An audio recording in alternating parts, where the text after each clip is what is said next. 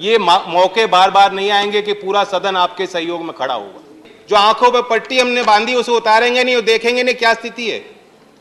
जो सरकार से पूछो कितने किसानों ने आत्महत्या की, सरकार कहती डेटा नहीं। इस बिल पे अपनी भावना व्यक्त की। ये चीज़ काफ़ी रेयर है कि सब लोग इस कानून में आपके सहयोग के लिए खड़े हुए हैं। मैं भी इस बिल का पूरा समर्थन करता हूं, लेकिन मैं आपको चेताना भी चाहता हूं क्योंकि आप खुद मंत्री जी बहुत संवेदनशील हैं, सामाजिक न्याय के विषय को लेकर गंभीर हैं, इन बारीकियों को अच्छी तरह समझते हैं।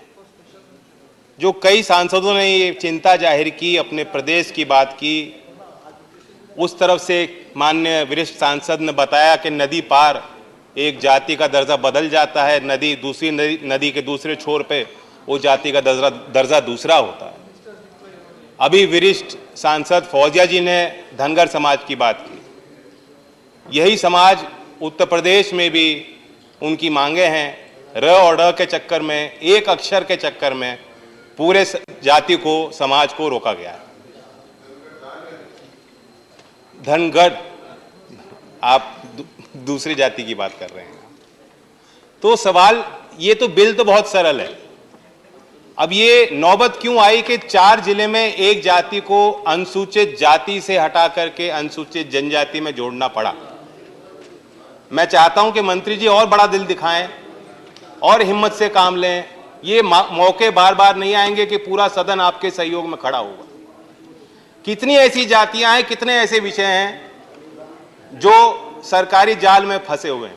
आप आकलन कीजिए, सर्वेक्षण कीजिए।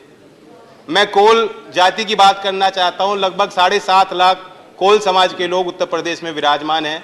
पूर्वांचल के कई जिलों में विराजमान हैं। मिर्जापुर, सोनभद्र और कौशाम्बी, बुंदेलखंड के कई जिलों में कोल समाज है और उनकी भी यही मांग है कि हम आदिवासी लोग हैं।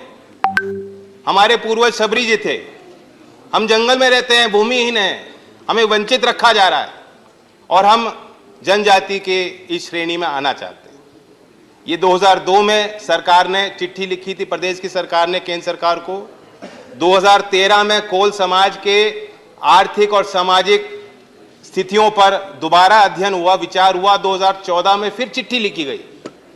तो प्रस्ताव आपको सरकार जब भेजती है, और तमाम कई राज्यों में से आपको प्रस्ताव भेजे गए हैं, कई जातियों के विषय यहाँ सांसदों ने उठाए हैं। मैं चाहता हूं कि थोड़ा बड़ा दिल करके, हौसले के साथ मंत्री जी आप फैसला लें और एक बड़ा मसौदा तैयार करें जिस पे हम लोग सही रूप से अपनी बात रख पाएं। जो हमारे वरिष्ठ सांसदों ने बात रखी कि आज तो हमें पता ही नहीं है क्या स्थिति क्या है। 4 बच्चे हैं और 3 को भोजन दे के संतुष्ट हैं। जब तक हम आकलन ही नहीं करेंगे, जो आंखों पर पट्टी हमने बांधी उसे उतारेंगे नहीं और देखेंगे नहीं क्या स्थिति है।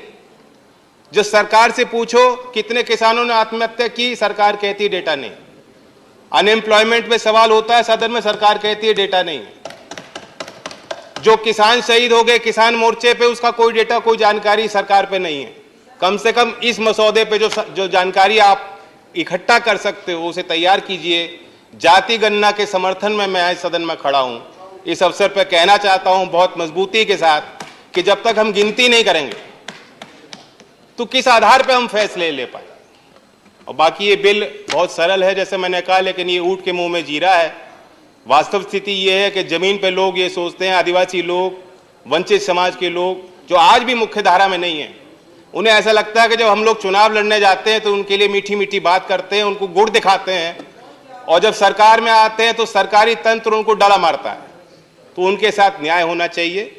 मैं पुनः मंत्री जी को धन्यवाद देता हूं कि आपने मसौदा इस संदर्भ में रखा, हमें मौका दिया। धन्यवाद।